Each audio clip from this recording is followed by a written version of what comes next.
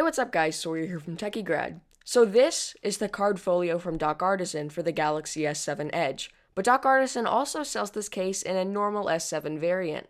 This is definitely one of the best folio style cases on the market, and in this video I'm going to share my views of it with you.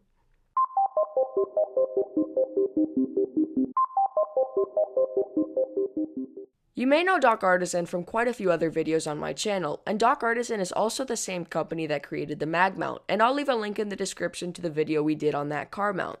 Doc Artisan is pretty new to the game for Android phones, being that the Galaxy S7 and S7 Edge are the first Android phones that they've made cases for. This doesn't mean, though, that they're a first-time case maker, as they've made iPhone cases and docks for years. The first big design element to notice with this case is that it's a folio style, meaning it has both a case that goes on the back of the phone and a flap that wraps around the front.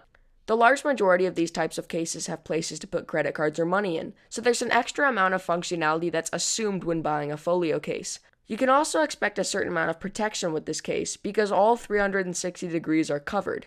Keep in mind though that if you drop this case, the flap is likely to fly open, so the phone may still be exposed. As for most of these folio cases, the extra functionality is sacrificed for thickness. These things tend to be pretty thick. One of the biggest bonuses with this particular case from Doc Artisan is that this folio still has card slots and front and back protection, while not being too thick. The way that Doc Artisan does this is by putting the card slot on the back of the phone. This lets the front be very slim and not adding much bulk at all. The inside of the front flap is made with a microfiber sort of material that, if anything, will clean your phone's display. Installation of your phone is super simple. Just pop it in and you're good to go. The power button is left exposed, but the volume rockers are covered. The volume buttons are very tactile, and I think that the amount of feedback given on the buttons of a case is one of the biggest criteria for me. Because if the buttons are mushy and hard to press, it annoys me every time I change the volume or turn my phone on. The bottom of the phone is also exposed in this case, so charging and headphone ports are easily accessible. You'll notice that there are 4 holes on the top of the case that line up with the earpiece on the S7. This will allow you to take phone calls while still keeping the case closed, and is definitely something that all case manufacturers should adopt.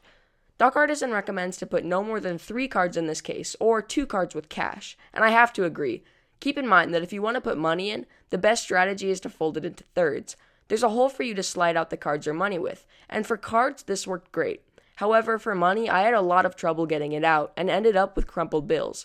When you're actually using your phone, you can tuck the flap behind and there'll be a slight magnetic pull keeping everything together.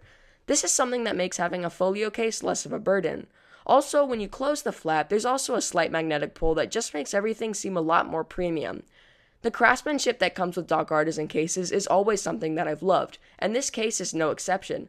Every time you get a Doc Artisan product, it feels like it's being crafted instead of something being mass-produced. From the quality of the leather to the unique magnetic integration, this case is great. The case will run you $50 for the S7 variant and $60 for the S7 Edge variant, which may seem a bit steep at first, but once you understand the level of craftsmanship that comes with this, the price is justified. Being that the folio is leather, you can expect some natural discoloration and scratches.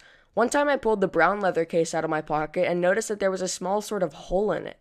Though the functionality was not affected, I could not pinpoint how the damage occurred. With that all being said, this is one of the best folio cases on the market, and I'll leave a link in the description for purchasing it. As always, thank you for watching, and I'll see you in the next one.